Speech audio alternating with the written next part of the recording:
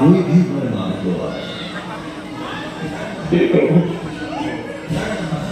जब हम लोग स्वर्ग से धरती पर गिरे तब आप बीच में उन्हें अपनी जटाओं में सांभ ले, नहीं तो पूरी पृथ्वी नष्ट हो जाएगी। बस इतनी सी बात? ठीक है, ब्रह्मदेव से कहो शिव तैयार है, आने दो गंगा को, आने दो।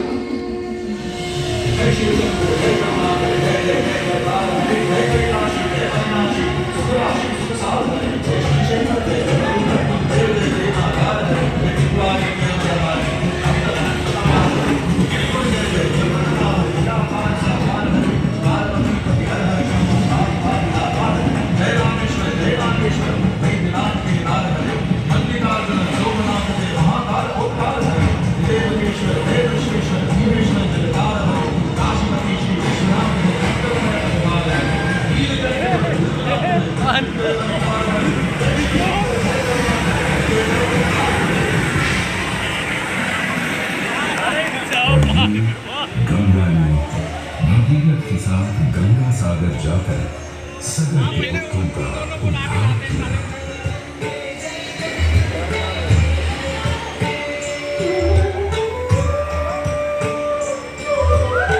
साथ ही वह भारत की सबसे महत्वपूर्ण नदी बन गई, जिसका भारत के जीवन में धार्मिक, आर्थिक, सामाजिक, ऐतिहासिक अभिदान अनंत है। हे मां गंगे, हे जगदम्बे, हे मां गंगे।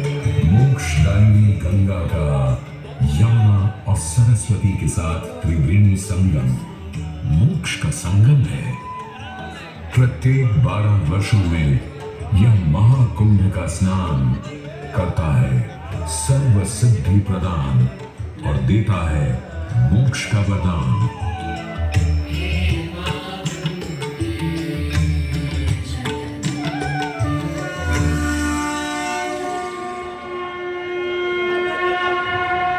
सर्व सिद्ध प्रद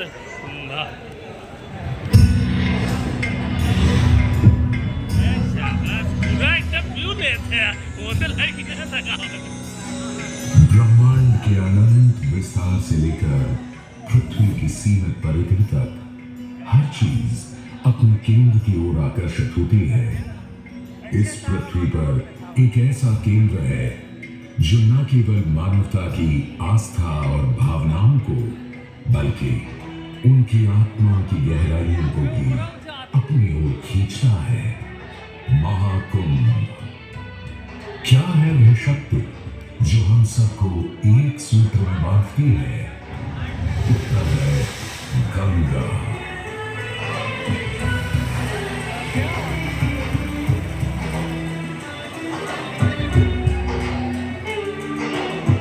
किंतु गंगा क्यों?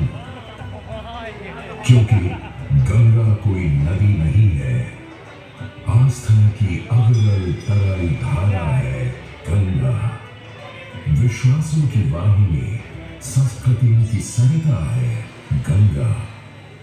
और इस स्थान पर, इस प्रयागों के राज में श्वेत रंगा गंगा का संगम होता है अपनी 2 बहनों श्यामल वर्ण यमुना और अदृश्य सरस्वती से।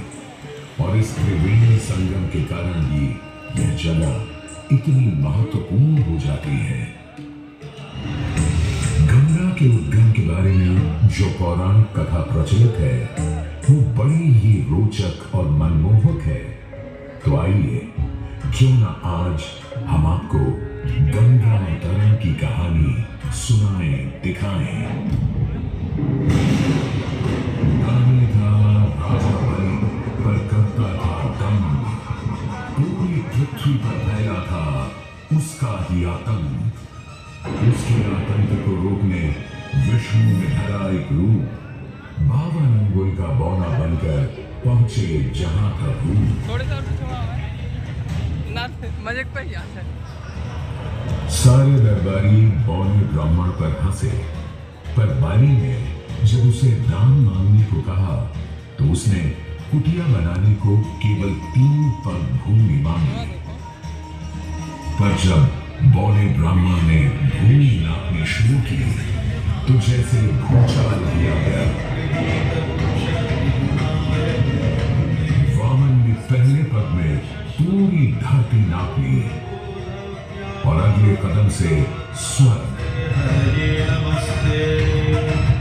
ब्रह्मा जी ने भगवान विष्णु के चरण धोकर उस जल को अपने कमंडल में भर लिया और अब वामन अवतार ने अपना तीसरा पग बलि के सिर पर रख उसे पाताल लोक भेज मुक्ति दे दी।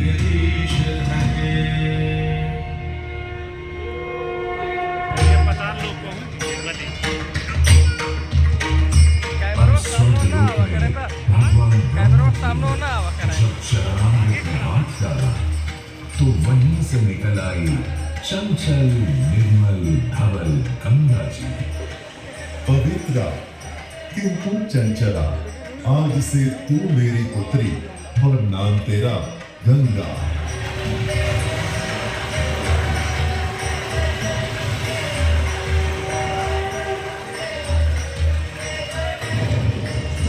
उधर कुछ समय बाद सतयुग में इक्ष्वाकु कुल के सूर्यवंशी राजा सगर ने सारे संसार को जीतने के लिए एक अश्वमेध यज्ञ का संकल्प किया।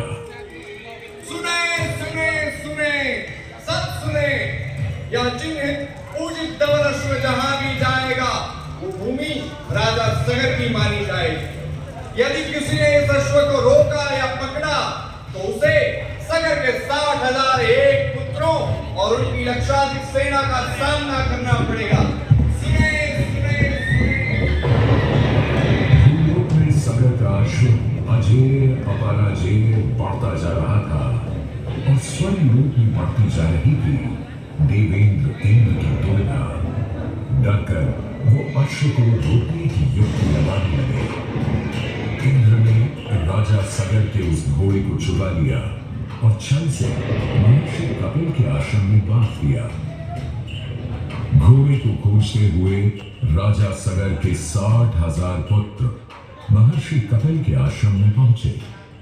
वहां घोड़े को बंधा हुआ देख क्रोधित पुत्रों ने कपिल मुनि को घोड़ा चोर समझा और उन्हें अपशब्द कहने लगे। वाचाल कुमारों, यदि कपिल ऋषि ने खोली आंख तो तपस की योगाग्नि से जलकर तुम सब हो जाओगे राख।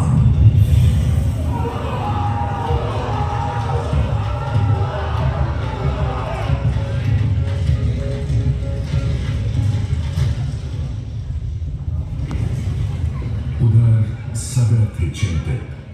न अश्व का पता था न पुत्रों का कोई समाचार। पिता का दुख देख पुत्र अंशुमन चल पड़े खोज पर। जब महर्षि कपिल के आश्रम पहुंचे तो देखा अश्व को और साथ ही अपने 60,000 भाइयों की भस्म को। महर्षि से की क्षमा याचना और पूछा तर्पण का उपाय।